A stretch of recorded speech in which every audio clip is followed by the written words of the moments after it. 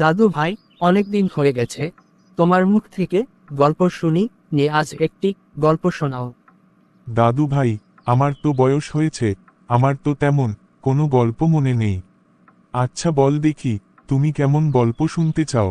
দাদু ভাই, আমার থেকে ভূতের গল্প খুব ভালো লাগে। আমাকে একটা ভূতের গল্প শোনান, দর্শকরা ভূতের গল্প শুনতে চাচ্ছে। বন্ধুরা, তোমরা কি ভূতের গল্প শুনতে চাও? যদি চাও, তাহলে আমাদের আইডিটা সাবস্ক্রাইব করে রাখুন। নেক্সট ভূতের গল্প শুনতে চাইলে কমেন্টে জানাও। আচ্ছা দাদু ভাই, আমি মামাদের মুখে অনেক শুনেছি এই নামটা, নীলঘরের জানালা, এই বিষয়ে কিছু বল। আচ্ছা বলছি। একটা ছোট শহরের প্রান্তে ছিল একটা পুরনো নীল রঙের দোতলা বাড়ি। কেউ সেখানে থাকতো না, কারণ সবাই বলতো ওটা একটা ভুতুড়ে বাড়ি। লোকেরা বলতো প্রতিদিন রাত 12টা বাজলে উপরের জানালাটা খুলে যায় আপনাতেই, আর ভেতর থেকে একটা অচেনা কণ্ঠস্বর বলে, ফিরে এসো। আমি এখনো অপেক্ষা করছি। কেউ সাহস করে সে ঘরের কাছে গেলে হালকা বাতাসে কাঁধে কারো হাতের ছোঁয়া টের পেত।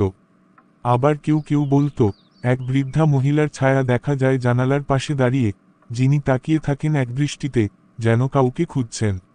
একবার শহরে এল এক সাহসী কিশোর, রিমন। সে এসব ভূতের গল্পে বিশ্বাস করত না। এক রাত সে ঠিক করল গিয়ে দেখবে আসলেই কিছু আছে কিনা। রাত 11:55, রিমন বাড়ির সামনে দাঁড়িয়ে। হঠাৎ বাতাস থেমে গেল, চারপাশ নিস্তব্ধ। 12টা বাজল, ঠিক তখনই উপরের জানালাটা খোঁজ করে খুলে গেল। রিমন উপরে তাকালো, দেখতে পেল জানালায় একটা মুখ, সাদা, বিবর্ণ, কিন্তু চোখ দুটো আগুনের মতো জ্বলছিল। মুখটা আস্তে করে বলল, তুমি এসেছ, এবার তুমি ছাড়তে পারবে না।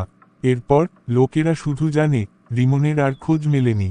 আর সেই নীল বাড়ির জানালায় এখন দুটো ছায়া দেখা যায়, একটা বৃদ্ধার আর একটা ছেলের। ভয় পেলেও বলো, কেমন লাগলো গল্পটা? খুব সুন্দর দাদু ভাই, আমার এখন একটু একটু ভয় লাগছে। বন্ধুরা, তোমরা কি ভয় পেয়েছো? কমেন্টে জানাও।